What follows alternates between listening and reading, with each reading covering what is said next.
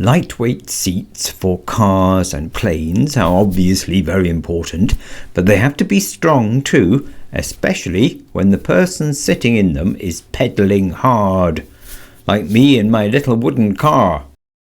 One day I'll make an aluminium one because they are very impressive, but for now I'm making them from marine plywood. This is a very simple design really, but it did take quite a bit of experimentation to get right. There's just a floor with slots in and two sides and a back. The round holes are partly aesthetic, a tip of the hat to the aluminium ones, and partly to make sure you never have to sit in a wet seat. The floor is made of 9mm ply.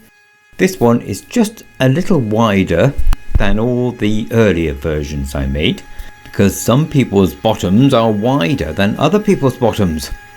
You need to be snug in the seat, but not actually stuck. Otherwise you won't get out again.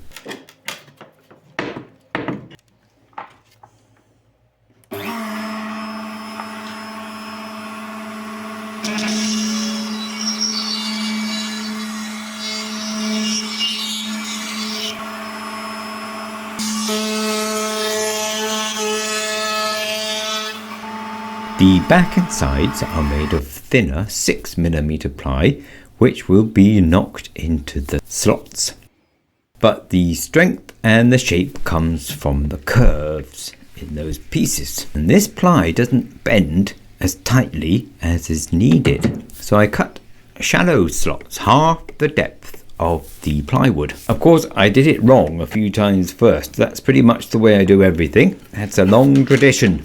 The first pieces I cut had the grain running vertically. I mean the grain of the outer plies, at least. But they snapped instead of bending. No good at all. But when I cut them with the grain running horizontally and poured boiling water into the slots too, then they bend easily. Well, obviously you wouldn't want to rush them. The fibres have to ease past each other. This is my sheet cam program. I can choose how deep each cut is on the CNC router. The straight lines are cut half depth. Of course, it's crucial to make sure the plywood is level and tight to the table, and you start cutting at the correct depth, or you might end up cutting too deep or too shallow. You could though just cut those slots with a handheld router or just an ordinary handsaw. Of course you could.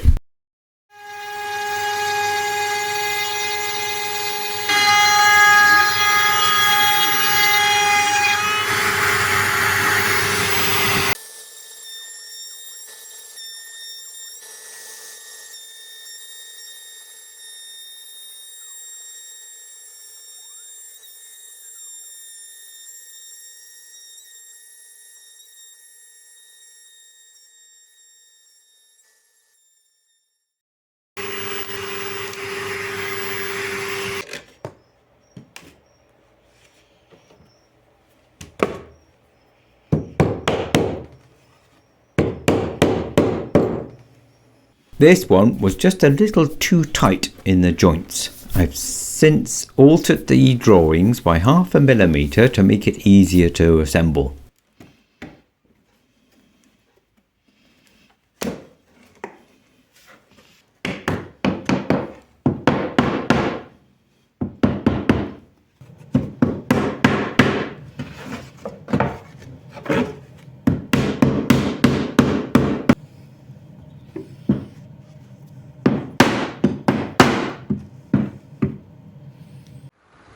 And there you have it.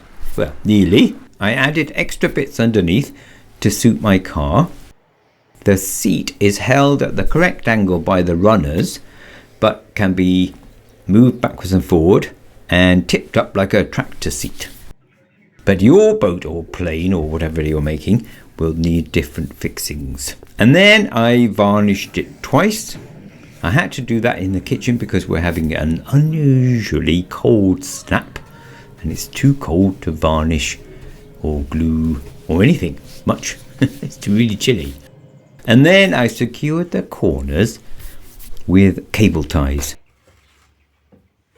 I would have used leather thongs if I'd had them. They would have looked better too, but never mind. And this whole chair weighs less than 1.8 kilograms, about 4 pounds. And judging by the previous versions, it'll be perfectly strong enough in my new car.